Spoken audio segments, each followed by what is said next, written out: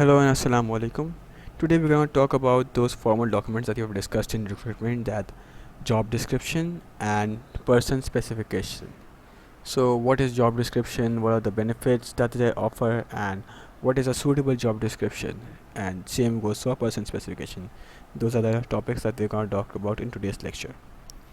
So job description is basically a list of the key responsibilities and tasks of a job advertised and to be filled. That is basically what are the responsibilities and tasks that just telling about what the job is. It refers to the post available rather than a person.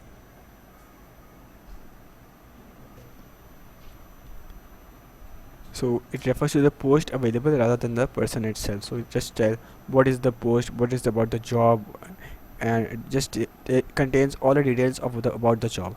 It contains the following details that are the job title, what is the title of the job, areas of the responsibility, what types of work does the person has to do, employment conditions, under what conditions will he be employed, what will be the term of contracts, like how long will be the contract, is it a part-time job or a full-time job, and whom the person is accountable to, who are the more supervisory managers, etc., limitations of authority, and where the job fits into the organization, like what sort of job is it, what will be their structure in the hierarchy of the status of the people. So that's all about the what the job description actually contains. What are the benefits of this job description? Basically, it will stop most unsuitable applicants from applying, therefore saving time at the shortlisting stage when reading through applications. So when you have already listed down all that you need, then suitable applicants that who know that okay, we are not suitable for this application, they won't apply. So therefore you saves you time from shortlisting stage. When you are looking at others applications, you know that there won't be any unsuitable applications, so your time is saved. It provides potential employees with essential information as it sets out what the person will be expected to do, so that the applicants can assess whether or not they are able to undertake the role and therefore should apply. So basically it tells the employees what is the information about the job, what are they expected to do, what sort of employment conditions are there, and it just basically tells them what all the conditions, terms and conditions that are exist in the job, and just gives them a better choice, allows them to make a better choice if they should apply for the job or not. If they think okay, the job is fit for me, okay, I can do all that, I can handle all that work, and yeah, I agree with all these conditions, then yes, they should apply, otherwise they should not apply.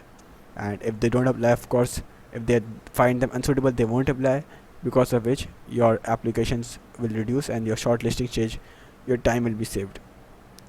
It might also form the basis of questions in an interview. So at times when you are doing that, it might form what sort of employees might ask something regarding your job description. If you are you know you have you had a good job description, you thought you were good, you applied for the job, and when you are shortlisted for interview, you might be asked questions that are somehow related to your job description. So it's a good thing to read your job description carefully for the future employees, or you can say possible candidates.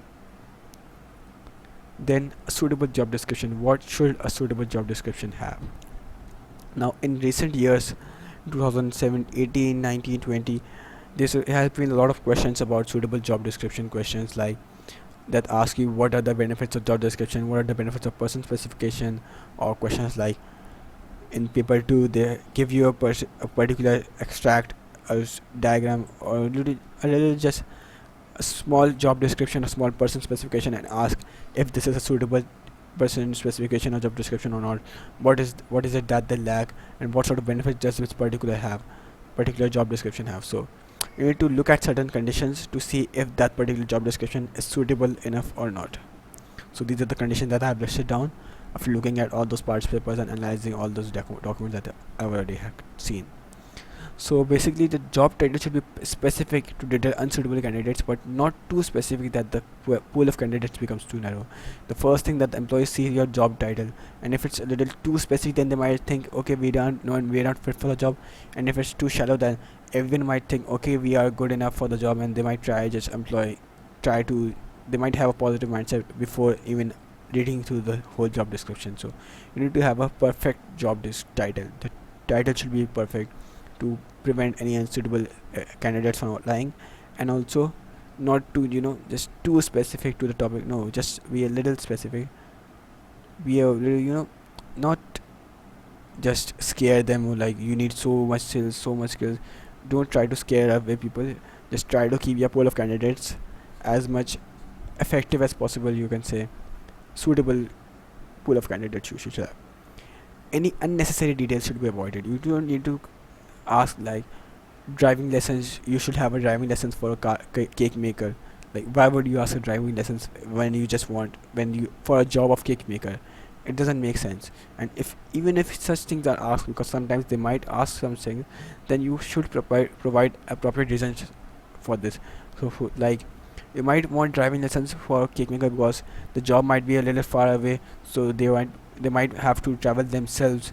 So if they have a driving lesson, then okay, they can travel themselves or deliver cakes. They might be asked to deliver cakes as well, so that's why they need a driving lesson. So if there's some extra part that you want them to do, then you should mention that as well. You shouldn't just like type out any unnecessary detail that is not required.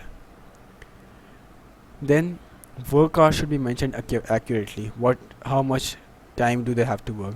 Big descriptions like 8 a.m. to 5 p.m. Okay, that time is specified, but for how many days? Just each day won't be satisfied. Okay, for each day, but how many days a week do they have to work? At least specify that. So it doesn't tell how many days a week should the employee work. So, and even it may create a misconception that employee has to work 7 days a week, and that usually scares off a lot of employees. So people might not even apply to that particular job in the worst case scenario. So you have to avoid that. You need to be more specific about your work hours. The rate of pay should be mentioned accurately as well. At least a good idea given of how much an employee could earn should be given. So they might say, okay, that the pay depends on the qualification of the person applying or how much skilled the person is. Okay, that's fair enough, but you should at least provide a particular idea about that. Okay, the minimum wage we can offer is this, and the maximum wage we can offer is this. According to our skills, we will see how much we can pay. That much of an idea should be given. And if training would be provided for some skills, if you're providing some skills, you want some particular skills, and you're providing skills for some other part of that job related, something related to the job, so you are offering skills for that, training for that skills, those particular skills should not be a part of your requirements. So let's suppose if training for making cakes would be given, if you're giving someone training for making the cakes, then baking experience and skills should not be a requirement. You don't need a requirement. These could be perfect. This could be something that you know want, not just want requirement, but like it will be good enough if it exists. But if it's not part of the if the candidate does not have it, then it's not an issue that their application won't be cancelled because of that particular requirement. It's not a requirement. It's just something of a bonus if you have it. If you don't have it, it's fine. They will train you. So you should just avoid something like that, some stupid thing like that. Some details should be written in person specification, not in job description, like education, professional qualifications, age, etc. So some things which are related to person specification should be written over there. Okay, not over here. Then finally, let's move on to what is person specification. It is basically similar to job description, but like more related to person, tells not much about job, but tells more about what sort of person they are looking for. So it is basically a list of the qualities, skills, and qualifications required of a successful applicant.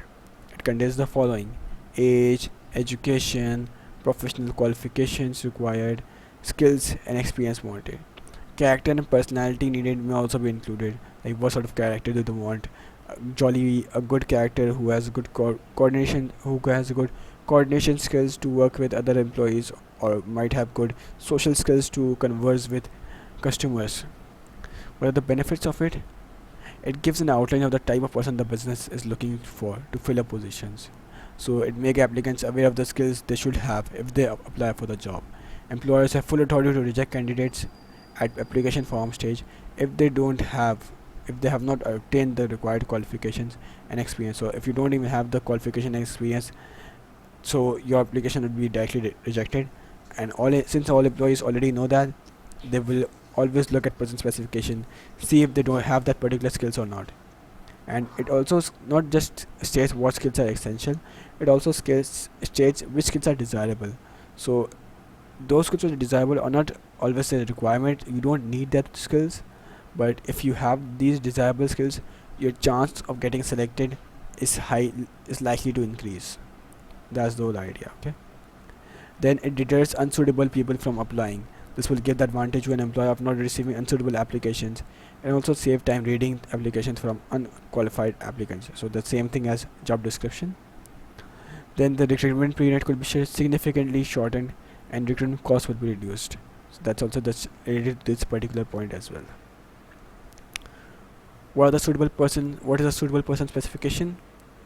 Age and gender should be ethical or legal to state in the job description, because in some countries it is illegal to state young age or specific gender, and the owner may be fined for it. So if you are mentioning age and gender, then it should not be discriminative, it should be legal. And some countries, because some countries fine for young employees while hiring female only, like basically countries fine them if you are hiring young employees, or if you are particularly you want male workers only, female workers only, because you need to give reasons for that. Why do you want young employees? Why do you want female workers or male workers only? Why are you being discriminative? Some countries do that, so you have to, that's some problem. So you have to be careful of that. And if you are making such a request, then you should describe the proper reasons for that. Some details should be written in job description, like working hours, salary, etc.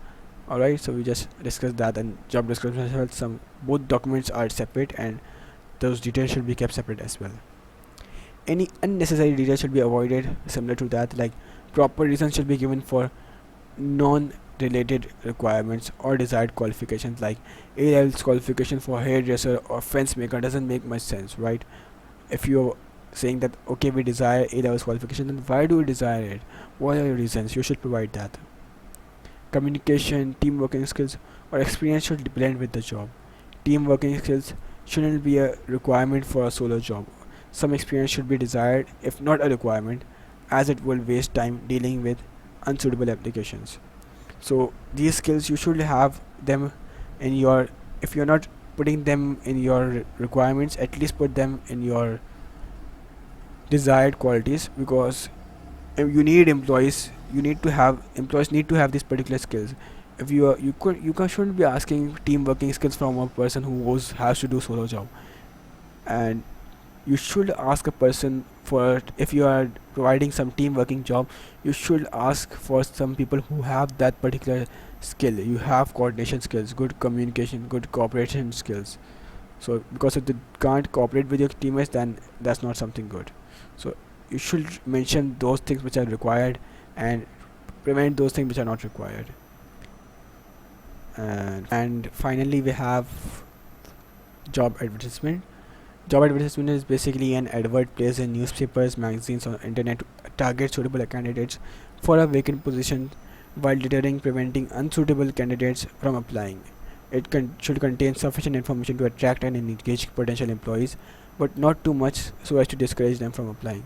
So it's basically, you can say, a blend of job description and person specification, that it's just an ad for that, and when the person visits that ad, this look at the job description and person specification. Those are basically attached with that job advertisement.